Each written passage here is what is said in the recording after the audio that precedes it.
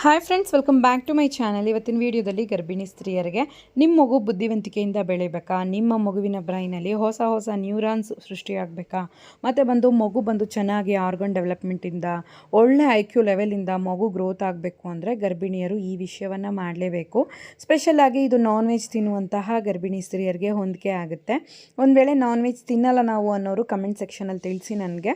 ನಾನು ಯಾವ್ಯಾವ ಫುಡ್ ತಿನ್ನಬೇಕು ಅನ್ನೋದ್ರ ಬಗ್ಗೆ ಡೀಟೇಲ್ಡಾಗಿ ಇನ್ನೊಂದು ವಿಡಿಯೋ ಮಾಡ್ತೀನಿ, ಮತ್ತು ಕಮೆಂಟಲ್ಲೂ ನಿಮಗೆ ರಿಪ್ಲೈ ಮಾಡ್ತೀನಿ. ಈಗ ಮಗು ಹೋಟೆಲ್ ಬೆಳೀತಿದ್ದ ಹಾಗೆ 3 ಮಂತಲ್ಲೇ ಮಗುವಿನ ಬ್ರೈನ್ ಡೆವಲಪ್ಮೆಂಟ್ ಸ್ಟಾರ್ಟ್ ಆಗಿಬಿಡುತ್ತೆ. ಸೊ 3 ಮಂತಲ್ಲೇ ಲೈಟಾಗಿ ಗ್ರೋತಿಂಗ್ ಸ್ಟಾರ್ಟ್ ಆಗ್ತಾನೆ ನೀವು ಈ ವಿಷಯಗಳನ್ನು ಮಾಡುವಾಗ ನಿಮ್ಮ ಮಗು ಒಳ್ಳೆ ರೀತಿಯಾಗಿ ಬೆಳೆದು ಒಳ್ಳೆ ಬುದ್ಧಿವಂತಿಕೆಯಿಂದ IQ ಲೆವೆಲ್ ಚೆನ್ನಾಗಿರುತ್ತೆ. ನೀವೇ ಅನ್ಕೋತೀರಾ ನನ್ನ ಮಗು ನನಗಿಂತ ಬುದ್ಧಿವಂತಿಕೆಯಿಂದ ಇದೆ, ನನ್ನ ಮಗು ನನಗಿಂತ ಚುರುಕಾಗಿದೆ ಅಂತ ನೀವೇ ಅರ್ಥ ಮಾಡ್ಕೊಳ್ತೀರಾ. ಸೊ ಹಾಗಾಗಿ ಈ ಫುಡ್ಡನ್ನು ಮೇಯ್ನಾಗಿ ನಾನು ತುಂಬ ಕನ್ಫ್ಯೂಷನ್ಸ್ ಫುಡ್ ಎಲ್ಲ ಏನೂ ಹೇಳ್ತಿಲ್ಲ, ಜಸ್ಟ್ ಒಂದು ಫುಡ್ಡೇ ಹೇಳ್ತಾ ಇದ್ದೀನಿ. ಅದನ್ನು ರೆಗ್ಯುಲರಾಗಿ ತಗೊಳ್ಳೋವಾಗ ಖಂಡಿತವಾಗ್ಲೂ ಮಗುವಿನ ಆರ್ಗನ್ ಡೆವಲಪ್ಮೆಂಟ್, ಬ್ರೈನ್ ಡೆವಲಪ್ಮೆಂಟ್ ತುಂಬ ಚೆನ್ನಾಗಿ ಫಾಸ್ಟಾಗಿ ಗ್ರೋತ್ ಇರುತ್ತೆ. ಫಿಶ್ ಅಂತ ಬಂದಾಗ ನಿಮಗೆ ತುಂಬಾ ಇಂಪಾರ್ಟೆಂಟ್ ಆಗಿರುವಂಥದ್ದು ಫಿಶ್ಶು. ಸೊ ಫಿಶಲ್ಲಿ ಒಮೆಗಾ 3 ಫ್ಯಾಟಿ ಆ್ಯಸಿಡ್ಸ್ ಇದೆ, ಗುಡ್ ಫ್ಯಾಟ್ಸ್ ಇದೆ, ಇದರಲ್ಲಿ ಪ್ರೋಟೀನ್ ಚೆನ್ನಾಗಿದೆ. ಸೊ ಇದನ್ನು ದಿನ 1 ಪೀಸ್ ತಿಂದರೂ ಸಾಕು, ಇಲ್ಲಾಂದರೆ ವಾರಕ್ಕೆ 3 ಸಲ ಆದರೂ ಕಂಪಲ್ಸರಿ ತಗೊಳ್ಳಿ. ಲೇಕ್ ಫಿಶ್ ಸಿಗುತ್ತೆ ನಿಮಗೆ ಧಾರಾಳವಾಗಿ ಅಂತಂದರೆ ದಿನ ತಗೊಳ್ಳಿ. ಇಲ್ಲ ನನಗೆ ಸಮುದ್ರದ ಫಿಶ್ಶನ್ನೇ ಸಿಗೋದು ಅಂದರೆ ವಾರಕ್ಕೆ ಅಟ್ಲೀಸ್ಟ್ 3 ಟೈಮ್ಸ್ ತಗೊಳ್ಳಿ, ಇಲ್ಲಾಂದರೆ 2 ಟೈಮ್ಸ್ ಆದರೂ ತಗೊಳ್ಳಿ. ಇಲ್ಲ ನಮಗೆಲ್ಲ ಮೀನು ತುಂಬ ದೂರ ಇದೆ, ಎಲ್ಲೂ ನಮಗೆ ಸಿಗೋದೇ ಇಲ್ಲ ಅನ್ನೋರು ಅಟ್ಲೀಸ್ಟ್ ವೀಕ್ಲಿ ಒನ್ಸ್ ಆದರೂ ಇದನ್ನು ಧಾರಾಳವಾಗಿ ತಗೊಳ್ಳಿ. ಸೊ ಇದರಲ್ಲಿ ಹೇರಳವಾದಂಥ ನ್ಯೂಟ್ರಿಯೆಂಟ್ಸ್ ಇರೋದ್ರಿಂದ ಇದು ನಿಮ್ಮ ಮಗುವಿನ ಬ್ರೈನ್ ಡೆವಲಪ್ಮೆಂಟನ್ನು ಚೆನ್ನಾಗಿ ಮಾಡುತ್ತೆ, ಮತ್ತು ನಿಮ್ಮ ಮಗು ಆರೋಗ್ಯವಾಗಿರೋ ಥರ ಇದು ಮಾಡುತ್ತೆ. ಮಸಲ್ಸ್ ಮಗುವಿನ ಒಳಗಡೆ ಸ್ನಾಯುಖಂಡಗಳೆಲ್ಲ ಚೆನ್ನಾಗಿ ಗ್ರೋತ್ ಆಗುತ್ತೆ, ರಕ್ತ ವೃದ್ಧಿ ಆಗುತ್ತೆ, ಪ್ರೋಟೀನ್ ಚೆನ್ನಾಗಿ ಗ್ರೋತ್ ಆಗುತ್ತೆ.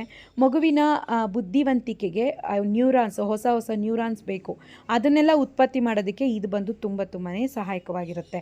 ಸೊ ಹಾಗಾಗಿ ಡೈಲಿ ಇದನ್ನು ಸಾಂಬಾರ್ ರೂಪದಲ್ಲಿ, ಇಲ್ಲ ಅಂದರೆ ಶಾಲೋ ಫ್ರೈ ಅಂತ ಹೇಳ್ತಾರೆ, ಜಸ್ಟ್ ರೋಸ್ಟ್ ಮಾಡ್ಕೊಂಡು ತಿನ್ನೋದು, ಆ ಥರ ಮಾಡಿ. ಆದಷ್ಟು ಡೀಪ್ ಫ್ರೈ ಬೇಡ, ಕಬಾಬ್ ಥರ ಎಣ್ಣೆಯಲ್ಲಿ ಹಾಕ್ಕೊಂಡು ತಿನ್ನಬೇಡಿ, ನ್ಯೂಟ್ರಿಯೆಂಟ್ಸ್ ವ್ಯಾಲ್ಯೂ ಡಿಸ್ಟ್ರಾಯ್ ಆಗುತ್ತೆ. ಸೊ ಹಂಗಾಗಿ ಆದಷ್ಟು ಚೆನ್ನಾಗಿ ಸಾಂಬಾರು ಮಾಡಿಕೊಂಡು, ಇಲ್ಲ ಶಾಲೋ ಫ್ರೈ ಮಾಡಿಕೊಂಡು, ಅಂದರೆ ತವಾದಲ್ಲಿ ಸ್ವಲ್ಪ ಎಣ್ಣೆ ಹಾಕಿ ನೀವು ತಟ್ಟೆ ಮುಚ್ಚಿ ಒಂಚೂರು ಮಸಾಲೆಯನ್ನು ಹಾಕ್ಬಿಟ್ಟು ನೀವು ಅದನ್ನು ಕುಕ್ ಮಾಡಿ ತಿನ್ನೋದ್ರಿಂದ ನಿಮ್ಮ ಮಗುಗೆ ಒಳ್ಳೆ ಡೆವಲಪ್ಮೆಂಟ್ ಸಿಗುತ್ತೆ, ಮತ್ತು ನಿಮ್ಮ ಮಗುವಿನ ಆರ್ಗನ್ ಡೆವಲಪ್ಮೆಂಟ್ ಚೆನ್ನಾಗಿರುತ್ತೆ. ಇದರಲ್ಲಿ ವೈಟಮಿನ್ ಡಿ ಎಲ್ಲನೂ ಇರುತ್ತೆ, ನಿಮ್ಮ ಮಗುವಿನ ಮೂಳೆ ಗಟ್ಟಿಯಾಗುತ್ತೆ, ನಿಮ್ಮ ಮಗುಗೆ ಬ್ರೈನ್ ಡೆವಲಪ್ಮೆಂಟ್ ತುಂಬ ಚೆನ್ನಾಗಿರುತ್ತೆ. ಮೇಯ್ನಾಗಿ ಮಗುಗೆ ಬೇಕಾಗಿರೋದು ಒಳ್ಳೆಯ ಆರೋಗ್ಯ, ಮತ್ತು ಮಗುಗೆ ಒಳ್ಳೆಯ ತೂಕ, ಆರ್ಗನ್ ಡೆವಲಪ್ಮೆಂಟ್ಸ್ ಎಲ್ಲನೂ ಬೇಕು ಅಲ್ಲ, ಅದನ್ನು ಸರಬರಾಜು ಮಾಡೋದರಲ್ಲಿ ಈ ಫುಡ್ ಮಹತ್ವದದ್ದು. ಸೊ ಇದು ಒಂದು ಕೈ ಜಾಸ್ತಿನೇ ನಿಮ್ಮ ಮಗುಗೆ ನ್ಯೂಟ್ರಿಯೆಂಟ್ಸನ್ನು ಬೂಸ್ಟ್ ಮಾಡುತ್ತೆ. ಸೊ ಹಾಗಾಗಿ ಆದಷ್ಟು ಎನರ್ಜಿ ಫುಡ್ಗಳನ್ನು ತಿನ್ನೋದ್ರ ಜೊತೆಗೆ ಈ ಫುಡ್ಡನ್ನು ಡೈಲಿ 1 ಟೈಮ್ ಆದರೂ ಅಟ್ಲೀಸ್ಟ್ 1-2 ಫಿಶ್ ಆದರೂ, ಚಿಕ್ಕ ಫಿಶ್ ಆದರೂ ತೊಗೊಳ್ಳೋದಕ್ಕೆ ಟ್ರೈ ಮಾಡಿ.